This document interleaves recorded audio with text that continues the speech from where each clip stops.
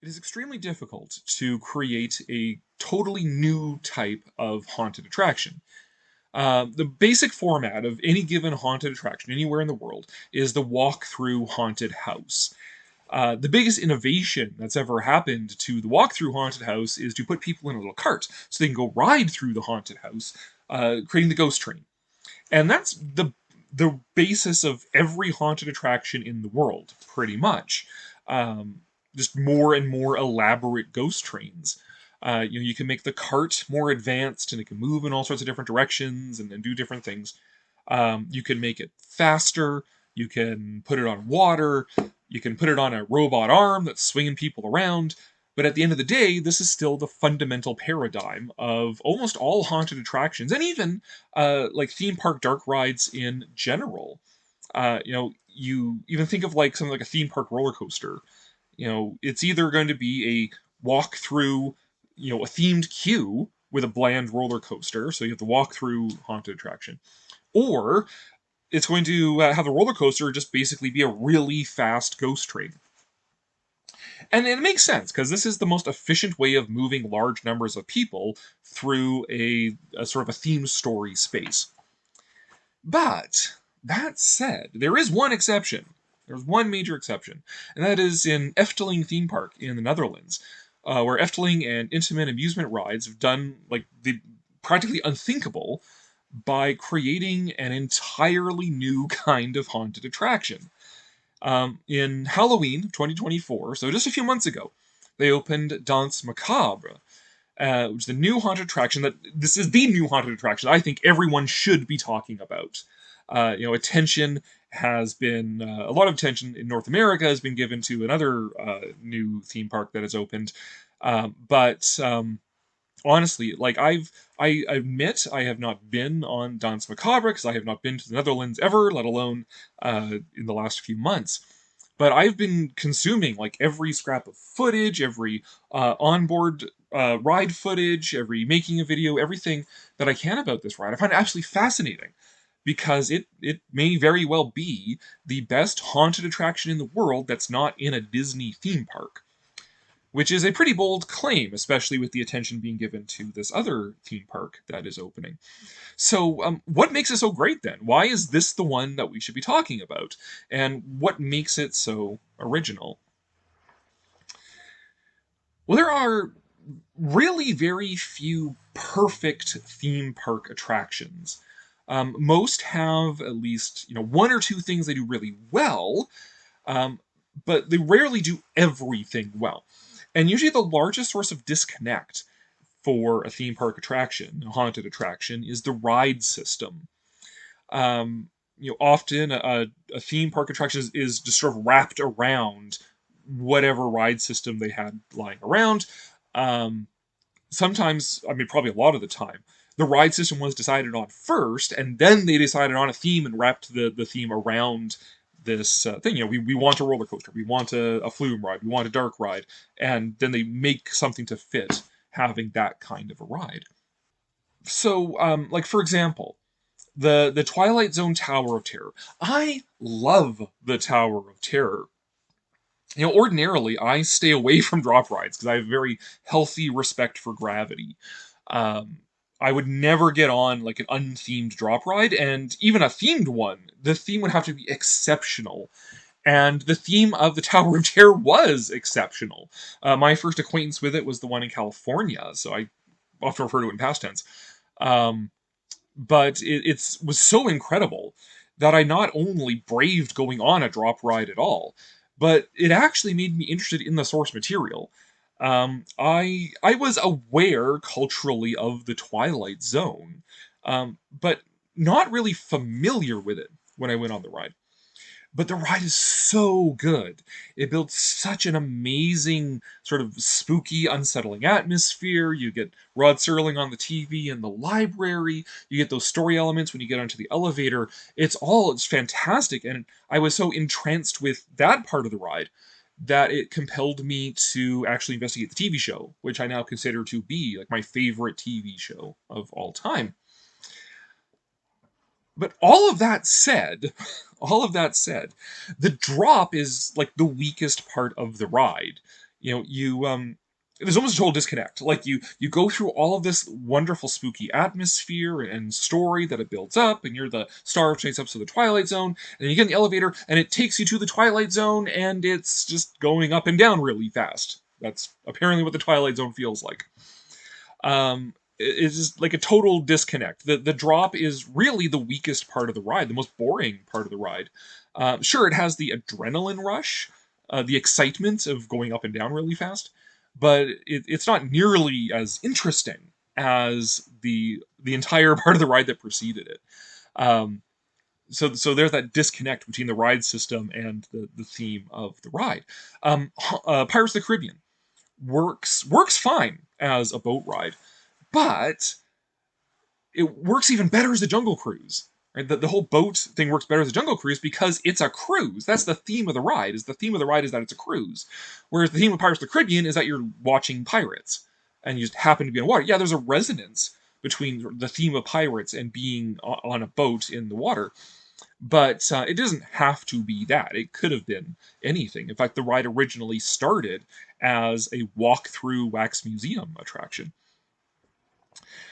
So the whole boat thing works better in Jungle Cruise because the cruise is the theme of the Jungle Cruise.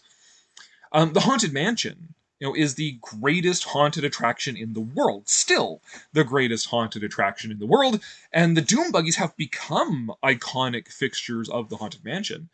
But if you think about it, it doesn't actually make sense as to why there's all of these Doom Buggies just sort of floating through the hallways of this old house. But on the other hand, the Jeeps in Indiana Jones are just perfect, right? How are you going to get around this ancient ruined temple? Well, they put you in this Jeep. It works perfectly. Danse Macabre in Efteling not only gets the harmony between the theme and the ride system, but that ride system is actually what makes the ride what it is. The Doom Buggies, the Haunted Mansion, they're just a means to an end. They're just a means of processing people through this ride. And we just sort of accept their presence as an artifact of, this is a ride and it needs to move people through it. So we just sort of accept that the Doom Buggies exist. Pirates of the Caribbean, like I said, began conceptually as a wax museum, became the boat ride, but it could be anything. Um, the Tower of Terror, like, okay, it was a story applied to a drop ride. They began with wanting a drop ride and then built the rest around it. But the drop doesn't make the ride what it is. It's the stuff they wrapped around it that makes the ride what it is. Even the Jungle Cruise, which I mentioned, it works perfectly as a boat ride because it's a Jungle Cruise, but it could just as easily be the Jungle Drive or the Jungle Train. And in fact, they did variations of both of those in the Animal Kingdom theme park. But nothing else could be Danse Macabre. The ride it uses this new type of ride system called dynamic motion stage, and is currently the only haunted attraction, any attraction, theme park attraction in the world to use this new system.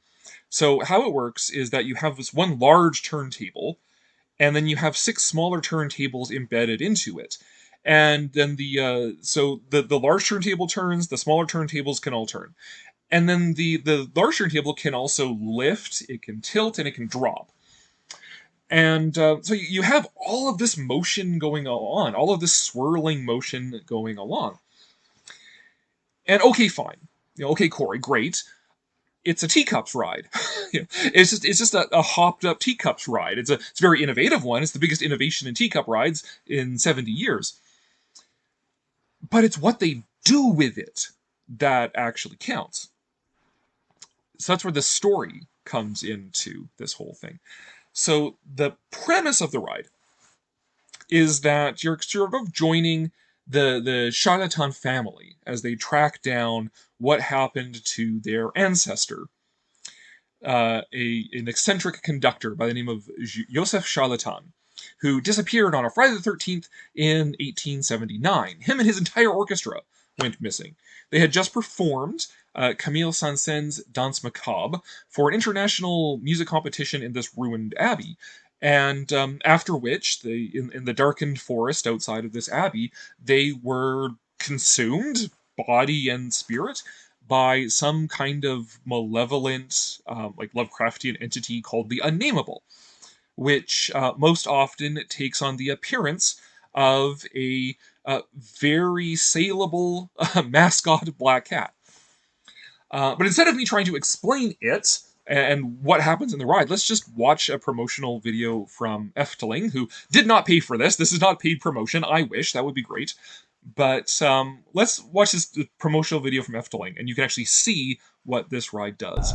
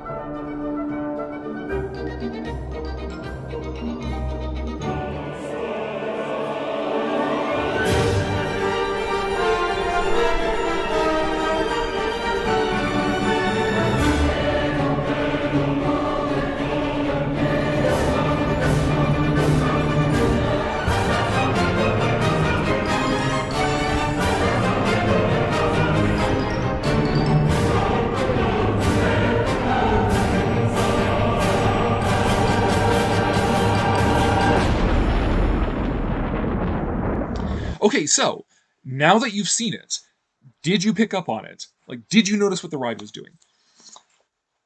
Danse Macabre takes one of the greatest pieces of like spooky classical music, a Halloween anthem, and the ride moves along with the music in this perfect physical manifestation of the song.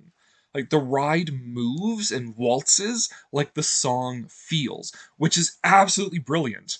It's a ride based on a song, which I mean by itself is an innovation, right? Um, the If you're not familiar with it, I mean you've heard the song, of course, everybody has. But if you are not familiar with it, Danse Macabre was written in 1874 by the French composer Camille Saint-Saëns as this symphonic poem with elements of a waltz, a minor waltz, and echoes of the Dies Irae from requiems or requiem mass.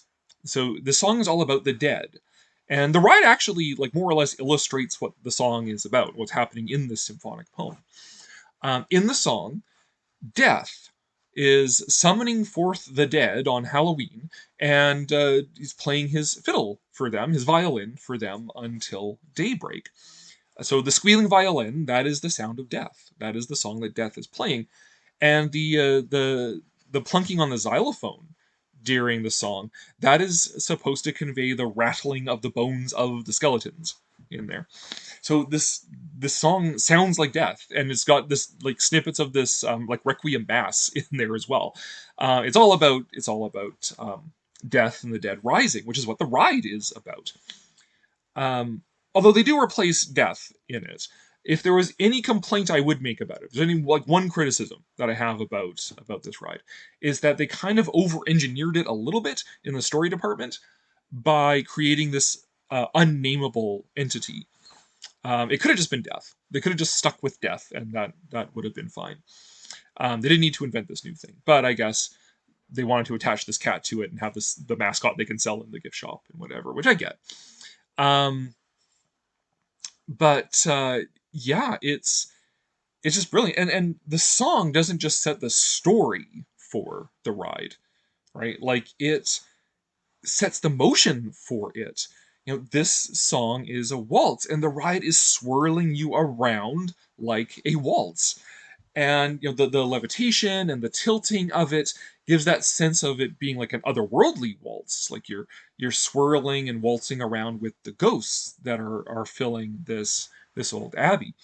So it's like, imagine if it's the haunted mansion, right? You're going through the ballroom scene, and you have all of those dancing ghosts, but they're not just dancing on the floor, they're actually like swirling up into the air and dancing.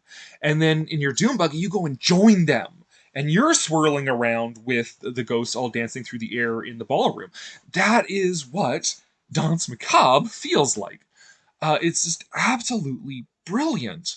Brilliant, and even more brilliant for the fact that it's based on this piece of classical music. Like who would think to do that? Um, it adds this air of like cultural depth to this attraction that you might not necessarily get in an attraction made in North America. Um, like certainly the Haunted Mansion is replete with cultural references all the way through it. But with Danse Macabre, you get this sense of sort of European, high culture sort of thing, and that might be some bias for me as a sort of provincial Canadian here, to look upon Europe with esteem as high culture. But there aren't a whole lot of theme park attractions in North America that are based on classical music. And Efteling has two of them. Efteling even has two of them. There's Danse Macabre, and then they have one of those roller coasters with a themed queue, based on the Flying Dutchman, which of course is an old story, originally going back to prose, but is its most famous rendition is probably the Richard Wagner's opera on the Flying Dutchman. Although North Americans would know it from the Pirates of the Caribbean movies, but it's that sense. You go to Europe, again, speaking as a provincial Canadian, that you're going to Europe and you're in the cradle of Western civilization. That's where Western civilization came from, and going to theme parks there and amusement parks and stuff, you get this sense of European culture. Even like Disneyland Paris did it as well. They were very careful to appease France's cultural gatekeepers by drawing those connections from Disney products, Disney movies and whatnot, to their cultural roots in Europe. So they were very conscious about connecting Sleeping Beauty and Cinderella with Charles Perrault. Their Adventureland was based on Treasure Island and Swiss Family Robinson, and the French experience in North Africa, connecting it a lot with Aladdin. Their version of Tomorrowland is called Discoveryland. Originally, it was based on the writings of Jules Verne, 20,000 Leagues Under the Sea, and their Space Mountain was originally based on Georges Méliès as well. So you get that sense of sort of if you are of European background, returning back to Europe is returning back to the cradle of Western civilization and high culture, European culture and classical music and that sort of thing, which is very much echoed in Danse Macabre. Who would even think to make a ride based on a piece of classical music, let alone create something so beautiful and original, and creating this like original the first like original style of haunted attraction in forever, since the invention of the ghost train. All of these elements come together in Danse Macabre, the ride, just absolutely perfectly. Like this is practically a perfect theme park ride. You have this well conceived world of this haunted abbey. You have the aesthetic depth of it. Like, it looks fantastic. I mean, a lot of the aesthetic is pulled, as I mentioned in my Haunted Mansion video. A lot of the aesthetic for it is pulled from the Haunted Mansion, how it depicts the ghosts and that sort of thing. Um, but it executes it beautifully. It has this cultured source material. It's a story invented around this piece of classic European culture, and the ride mechanism is perfectly harmonized with it. It reinforces the material. It acts out the song. I can't even stress that enough. As you're swirling around, you're dancing to the Danse Macabre. That's what the ride does, and it's just absolutely amazing how they managed to pull all that off. And which is why I genuinely think that Danse Macabre at Efteling is like the haunted attraction, the non-Disney haunted attraction that we should actually be talking about.